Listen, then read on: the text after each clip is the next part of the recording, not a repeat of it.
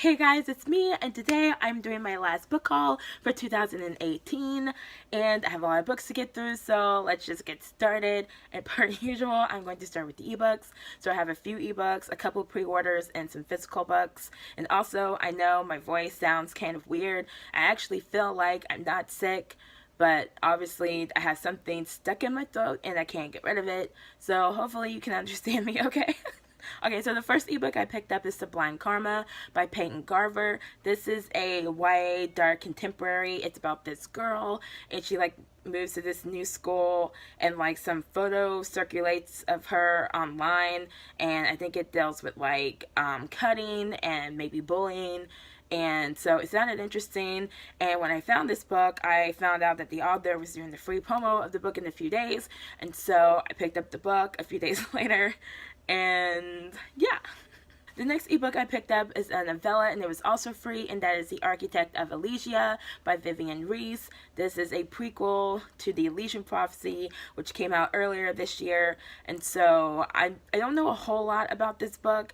This is something she was giving out free to her email subscribers, so if you're interested in the book, I will put her video below where she was talking about it, and in the description box of that video is a link to sign up to her newsletter. So first of all, this cover is gorgeous. Second of all, as far as I can tell, this is a YA fantasy, and it is about the architect of Elysia, and I guess his backstory. I don't really know who he is because I haven't read the Elysian Prophecy yet, but I am putting this book on my January TBR. So the last ebook I picked up is A Shade of Vampire by Bella Forrest, and this is a book that Amazon has been recommending to me for a while, and so I finally decided to click on it, and it sounded interesting, and it happened to be 99 cents at the time, so I went ahead and picked it up. And this is a YA paranormal, I think, about this girl, and she's kidnapped by this group of rogue vampires and taken to this island where I'm assuming she's gonna fall in love with some vampire prince or something. But it sounded interesting. And also, there are 50 books in this series. I think the furthest I got in any series was the Sookie Stackhouse series. And I think there are 12 books in that series that the True Blood TV show is based off of. And I've read 8, and I plan on finishing it at some point, but I haven't finished it yet. And I know the Shade of Vampire series doesn't revolve around these same 2 people for 50 bucks. I'm pretty sure it's other people in the world, and maybe even their children is what it looks like. But it just kind of blows my mind that somebody has a 50-book series, and maybe it's not even that abnormal. I just never seen it before. So the first pre-order I have is Stain by H.G. Howard. This is a YA fantasy. It is a Princess and the Pea retelling, and we all know Crystal loves fairy tales. And also, I have all of H.G. Howard's other books, so of course I was going to get this one too. But the reason why I pre-ordered the book instead of waiting for it to come out, because I don't normally pre-order books, is because H.G. Howard was giving away some free stuff, and there was some cool stuff, and one of them is a splintered spin-off short story about Morpheus, and I have all the other Splinter stuff, and there's no way that I want there to be some Splinter stuff out there that I don't have. So of course I was going to pre-order this, especially because I was going to buy the book anyway. So I don't really remember what the plot is about other than it's a Princess of Pea retelling, but I'm pretty sure there's fairies in it, and that's all I know. So the second pre-order I picked up is The Winter of the Witch by Catherine Arden. There was really no pre-order incentive for this. It's just I saw that Barnes & Noble has some signed copies, and so since I was going to buy the book anyway, I was like, why not? So I don't know what this particular book is about because it's book 3 in the Bear and the Nightingale trilogy, but it's an adult fantasy. It is a fairy tale retelling based on a Russian folktale, and her writing is very, very lovely. So anyway, so the first physical book I picked up is the Crimes of Grindelwald screenplay. Of course I was going to get this. I have the other one. I have The Cursed Child. I love The Cursed Child. So when this book came in though, I thought that the first book didn't have a dust jacket, and so when I saw that this one had a dust jacket, I was freaking out because I was like, oh my gosh, my books aren't going to match. Why did they do that? So of course when I got home, I picked up my Fantastic Beasts and Where to Find Them screenplay, and it has a dust jacket on it. So I don't know how I forgot that not only does it have a dust jacket, but there's a niffler on the front. But obviously I'm happy that they match, and also the second one has a magical Eiffel Tower on the front. So the next book I picked up is this one. I'm not sure why I got the physical copy instead of the ebook. Maybe it had to do with the pricing or something, because, you know, publishers do that sometimes, where the hardcover is sometimes cheaper than the ebook because they don't want anybody buying ebooks. But, so, anyway, this is co-written by Descartes, whatever his name's, Stoker, and J.D. Barker. And this guy is like the great-great-grandson of Bram Stoker, who wrote the original Dracula book.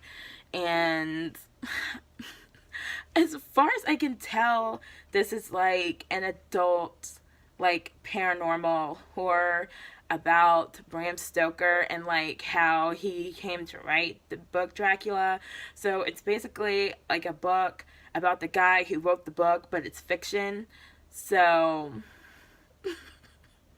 I don't know, it sounded interesting, and I was like, I want this book, so I got it. This next book I'm very, very excited about. So I picked up Hocus Pocus and the all-new sequel. I saw this on someone's Instagram in October. She was doing a giveaway for it. So this is a novelization of the movie that came out, I guess about 25 years ago now. And it also has a sequel that takes place 25 years after the first book, which it takes place 25 years after the events in the movie. And I love Hocus Pocus. It's one of my favorite movies. So I saw this. I was like, you know what? I'm going to get this. I'm going to read it. I'm going to enjoy it. Okay, so. But there isn't an author on here. It just says Disney and the Freeform Books on the spine.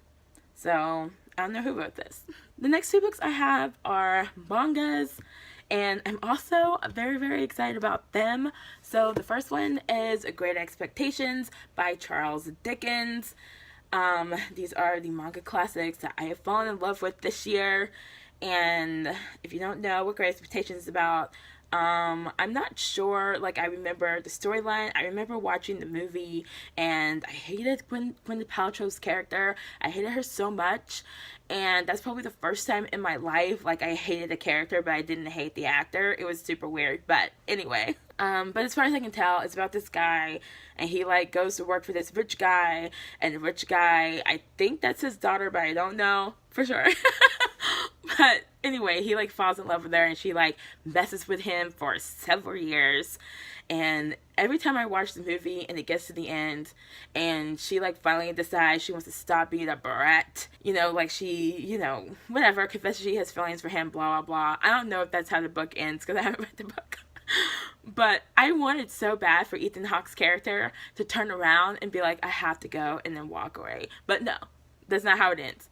Whatever. Anyway, I'm so excited about this.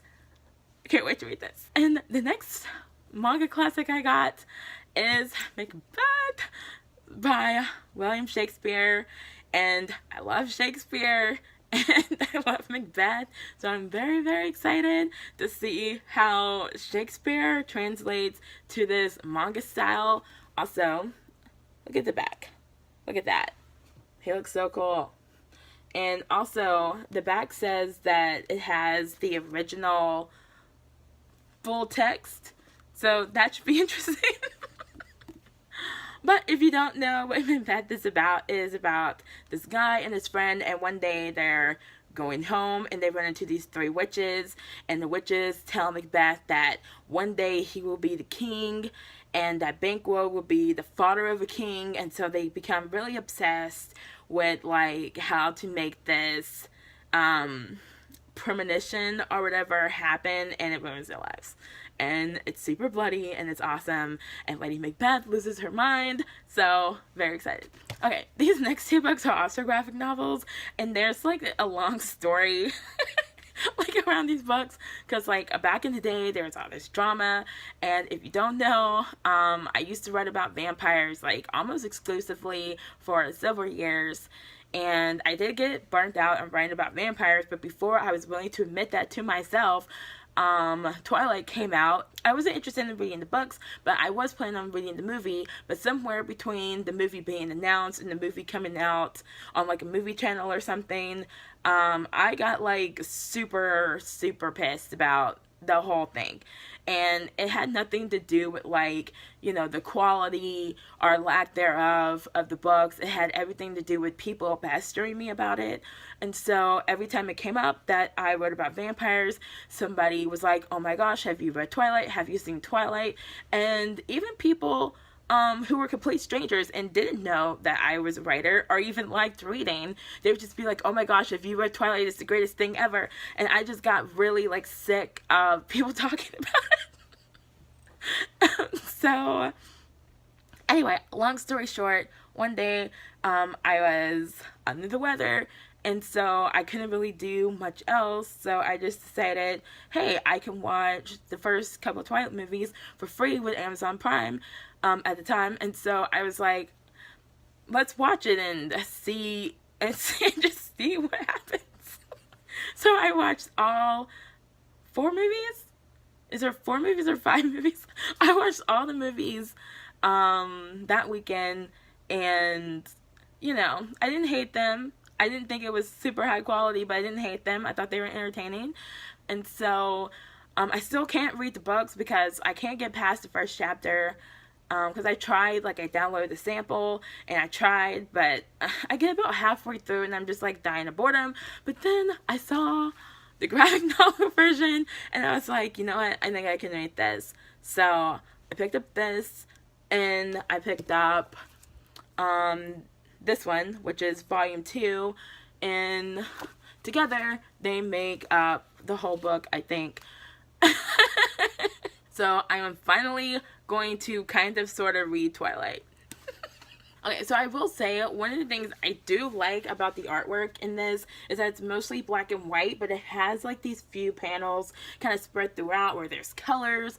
And so I think this is like a red and orange kind of panel, but it also has some greens and some blues and some purples, and it's really, really pretty. And also this is kind of cheesy, but if you put the 2 books together, Edward and Bella are holding hands. And also, can I just say, it was super hard to find this book in paperback. So apparently it's like out of print or something. And they have these 2 volumes together, like in one book, but I didn't really like that cover. And also that book is huge. And I know where I'm putting this book, and I wanted it to be the same size as the other books that are going to be on this same bookshelf. And also, like, I like these covers. I like these covers better. And if I had known, though, that this book would be so hard to find in paperback, I probably would have gotten the hardcovers, but I really wanted the paperbacks also because every single other graphic novel I have is in paperback, and I just wanted everything to match. So anyway, that is the 2 of these books. And if for some reason you don't know what Twilight's about, it is a YA romance with vampires in it. It's about this girl, typical, very cliche YA book. She moves to this new town, and she meets this guy, and she falls in love with them, and there's some mayhem and some vampires trying to kill her. So this last couple of books I picked up from Barnes & Noble because, of course, I can't wander around Barnes & Noble without picking up some books. And so the first one I picked up is Elevation by Stephen King. This is a really short book, as you can see, and I'm not really sure what this is about. I know it's set in Castle Rock, which is the same setting that there's like a Castle Rock TV show on Hulu. I haven't watched it yet. I'm planning on watching it, but there's also a novella, like a really, really long novella, which I just called it a novel, like a short novel. And his 4 Past Midnight anthology called Black Dog, that's also set in the same town. So anyway, I saw this and I was like, this is on my TBR, so I went ahead and picked it up because I didn't realize how short it was. So next I picked up Norse Mythology by Neil Gaiman. I think this is an anthology of like Norse inspired stories. Or maybe it's an anthology of like Norse retellings, or I don't know. This is also on my TBR, and I saw this there, and I was like, nope, I have to get this book because it's pretty, and I like to get pretty books. I like pretty books. Also, this has like those deckled edges. You probably can't even tell, but like, you know, you see this, it's just really cool.